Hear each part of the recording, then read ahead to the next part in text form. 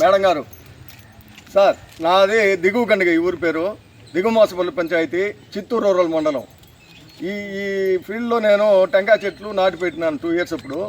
తర్వాత మేడం గారు వచ్చి ఆర్వైఎస్ఎస్ కింద మేడం గారు, పద్మావతి మేడం గారు వచ్చి అడిగినారు ల్యాండ్, వాళ్ళకు లీజ్కి ఇచ్చినాం. ఇస్తే ఇప్పుడు 1 year నుంచి వాళ్ళు చేస్తూ ఉన్నారు.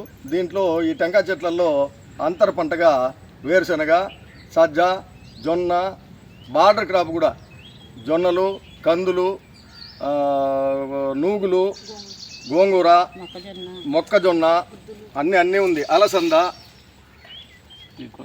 కాబట్టి ఈ పంటలన్నీ వేస్తూ ఉన్నారు. ఈల్డ్ బాగానే వస్తూ ఉంది.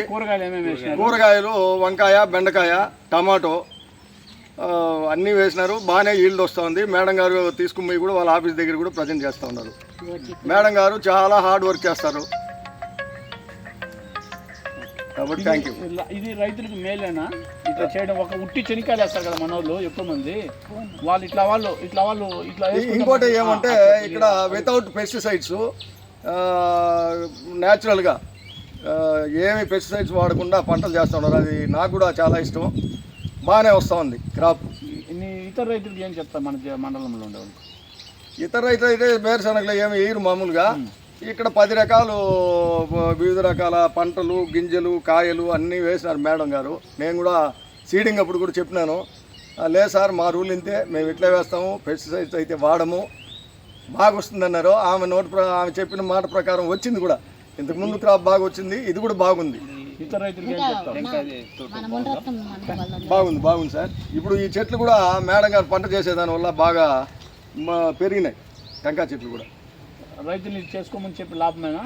లాభమే. ఇతర రైతులు కూడా చుట్టుపక్కల అన్ని గ్రామాల్లో కూడా ఇది అవలంబిస్తే మంచిగా బాగా డెవలప్ కావచ్చు. మన రైతులు ఈ చుట్టుపక్కల ఒక 5-6 మంది, మున్నరత్నం కానీ, ఆ తాటిమాకిపల్లి బాబునాయుడు కానీ, శెట్టిగారిపల్లిలో బాలా కానీ అందరూ చేస్తూ ఉన్నారు. ఆ లోకేష్ కానీ అందరూ చేస్తూ ఉన్నారు. అందరికీ బాగుంది. ఇతర రైతులు కూడా చేస్తే మంచిది. ఇంకుండే మిగిలిన రైతులు కూడా ఇది అవలంబిస్తే బాగా ఈల్డ్ తేవచ్చు, బాగా డెవలప్ కావచ్చు.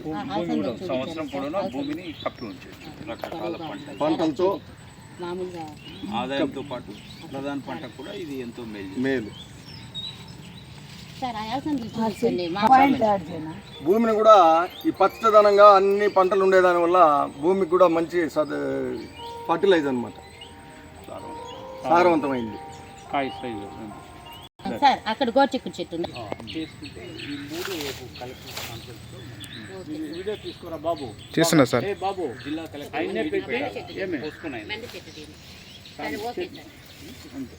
సరే మేము వస్తాం.